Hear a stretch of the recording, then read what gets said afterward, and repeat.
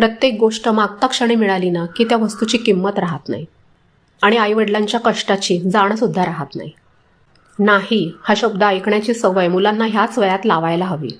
थोडा नकार पचवायला मुलं शिकली की पुढे जाऊन आयुष्यात जेव्हा कठीण प्रसंग येतात तेव्हा ती कोलमडून पडत नाहीत. हा सुद्धा एक खूप मोठा संस्कार आहे.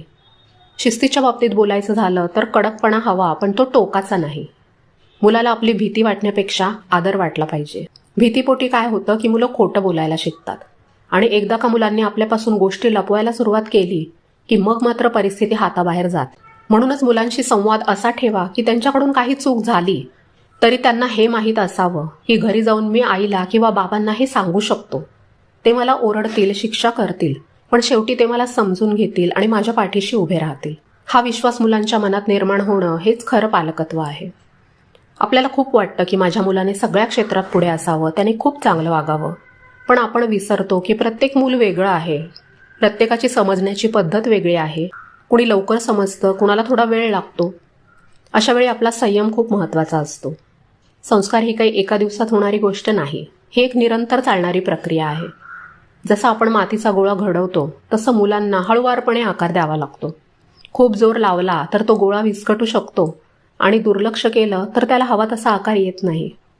कधीकधी आपल्याला वाटतं की आम्ही मुलांसाठी इतकं करतोय तरी ही मुलं ऐकत का नाहीत. पण मुलांवर हक्क गाजवण्यापेक्षा त्यांना जबाबदारीची जाणीव करून देणं जास्त महत्त्वाचं आहे. 9 ते 12 ह्या वयात त्यांना छोटी छोटी घराची कामं द्यायला पाहिजेत. आपला पसारा स्वतः आवरणं, पाहुणे आले की त्यांच्याशी नीट बोलणं, निसर्गाची काळजी घेणं, या छोट्या छोट्या वाटणाऱ्या गोष्टींमधूनच मोठे संस्कार घडत असतात. संस्कार म्हणजे फक्त देवाधर्माच्या गोष्टी किंवा नमस्कार करणं नाही.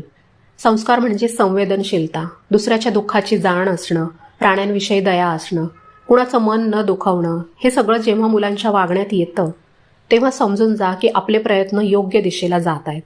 आजच्या काळात मुलांवर इतके बाहेरचे प्रभाव आहेत की आपल्याला कधी कधी भीती वाटते. पण जर घराचा पाया भक्कम असेल तर बाहेरचं वारं कितीही वेगाने आलं तरी घराची भिंत पडत नाही.